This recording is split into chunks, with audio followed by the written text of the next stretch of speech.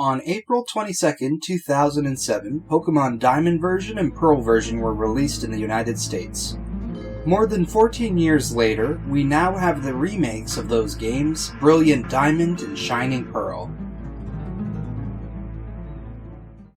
Upon starting the game, you may notice that the main character in these games owns a bed. I myself currently do not. I recently got rid of my giant bed in order to make more room for video games and stuff. So I've been sleeping on the floor of my room, but I'm in no rush to get a new bed. After all, I technically don't need a new one until Pokémon Sleep comes out. Given that video games are often about escapism, I had my character go to bed every night.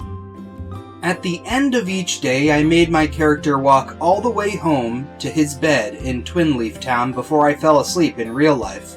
I also did this when the original games came out. It can be a pain to do before obtaining the hidden move Fly, but I find that it makes the story slightly more realistic. On the first day, I didn't get very far. I uploaded a video, but I didn't even get the first badge before I had to go home.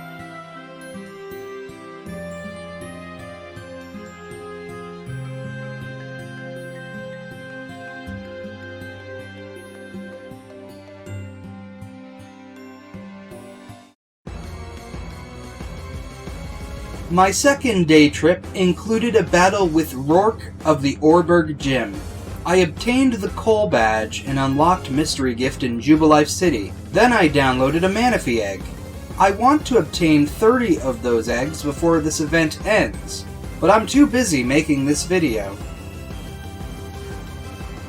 My starting Piplup evolved into Primplup, and I made my way to Floroma Town, obtaining both Mew and Jirachi from some old people, because I had save files from at least one of the Let's Go Kanto games, and at least one of the Galar games.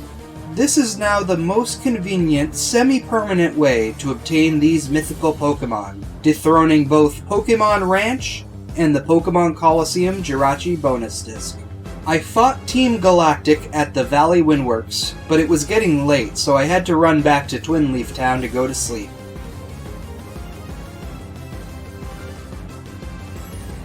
The next day, my Manaphy Egg hatched on my way back to Floroma Town, and I continued my way into Eterna Forest, eventually making it to Eterna City. Then I battled Gardenia, winning myself the Forest Badge. After fighting Team Galactic again, I explored Wayward Cave before I had to return home to go to sleep once again. November is a very busy month for me, so I didn't have very long gaming sessions at first. On day 4, I met Cyrus in Mount Coronet on my way to Hearthome City. He explained that he finds the state of things to be deplorable, because people are too emotional and fight a lot, which greatly annoys him. In Hearthome City, some lady gave me the ability for my Pokemon to follow me. I made my way to Veilstone City, and when I got there, I visited the clothing store in order to put on my Platinum outfit that I downloaded alongside the Manaphy Egg. I looked at some meteors, and then fought Maylene to earn my Cobble Badge. The Cobble Badge is significant because it allows me to use the hidden move Fly to get to any town in an instant, as long as I'm not inside of a house, a cave, or a thickly forested area. My Primplup evolved into Empoleon, and I arrived in Pastoria City where I challenged Crasher Wake to a Pokemon battle.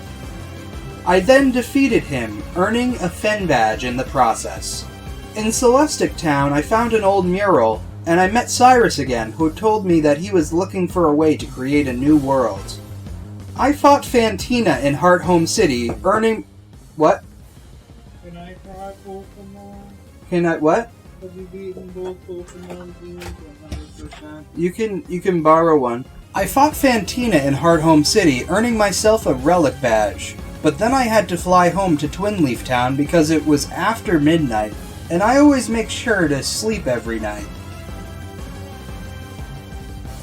On day 5, I made the short trip to Canalave City, and there I noticed an abandoned inn with a locked door. I battled Byron and won a Mine Badge.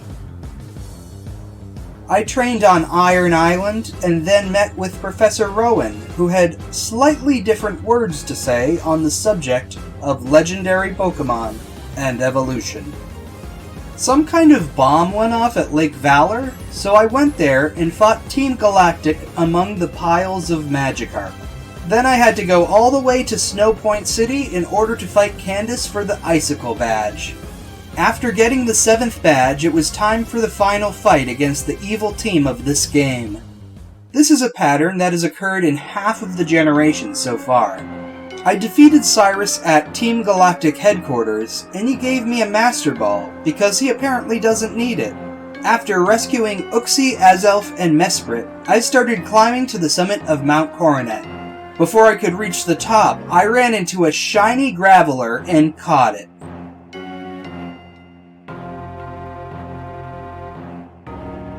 When I finally reached the top of the mountain, Cyrus was using something called a red chain to control the powers of the legendary Pokemon Palkia.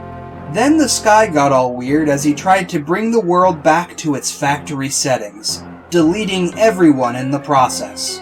It seemed to me that a lot was at stake, but luckily my Pokemon were over-leveled, but also the sprites deactivated the red chain. I fought Cyrus for the final time, but it appears that in this universe, he got away. He never gives up on his plan, and honestly, it's kinda scary that he's still out there.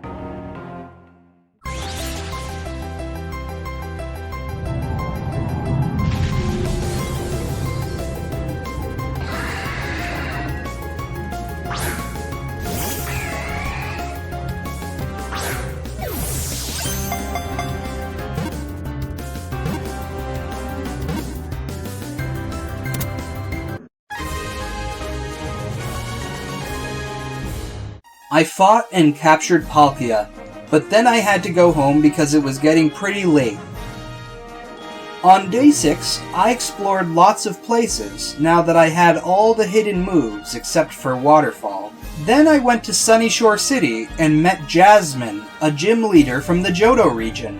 This is obviously meant to be a hint that the next Pokemon remake will be Let's Go Johto. There's no doubt about it! Why else would Jasmine be in this game?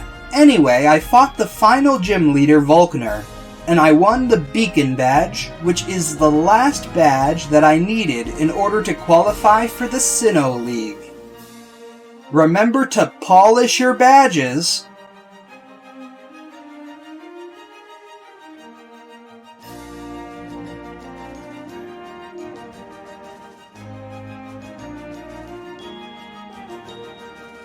I had to go to sleep again, but the next morning, on the 7th day, I finally made it to Victory Road.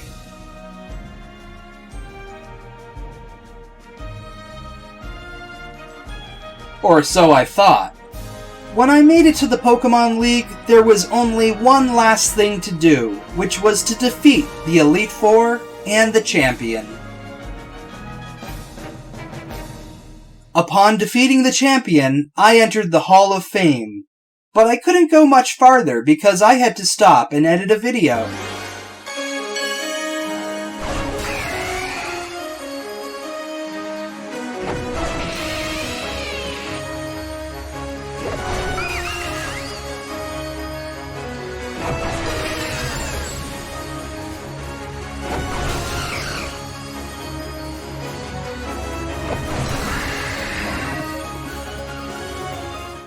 Thank you for watching, and of course, to be continued.